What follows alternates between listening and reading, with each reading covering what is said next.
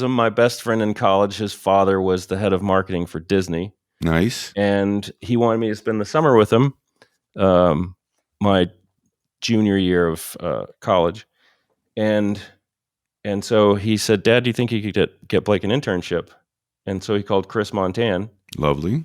And I got an internship, and I went to scoring sessions all summer, and I saw The Lion King recorded, and I saw one of the Little Mermaid recorded. Anyway, amazing. I go back. I'm like, I'm moving to California.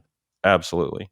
So when I took another internship the next summer in their publishing department, and that's where after I graduated, I came out and got a job with Hollywood Records. Do you remember them? Oh, definitely. Definitely. Stayed there for a while. Then I went to Disney Publishing for a couple of years. And then my biggest connection was I was in charge of printed sheet music for Disney. And I went to my boss and said, do we send these to the composers to proof? And she said, we never really have. And I said, well, I'd want to. So let me reach out to them. So I just got to know all these composers by sending them the sheet music to proof. And one of them was Michael Kamen.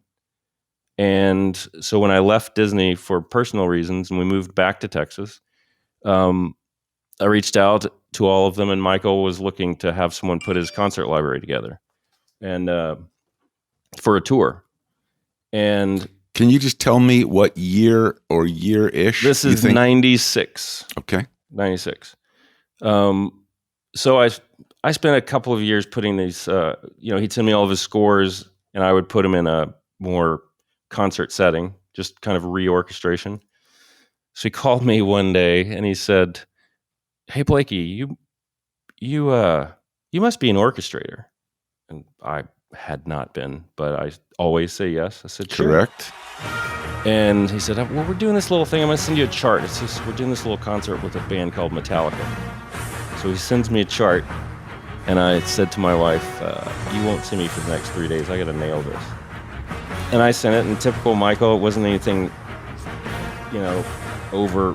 overboard, as you would say, Robert.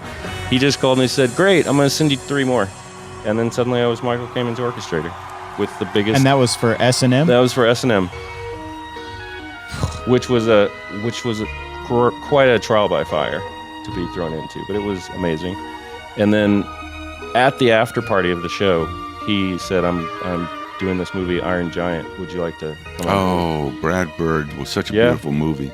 Oh, it's a great movie. That was my intro.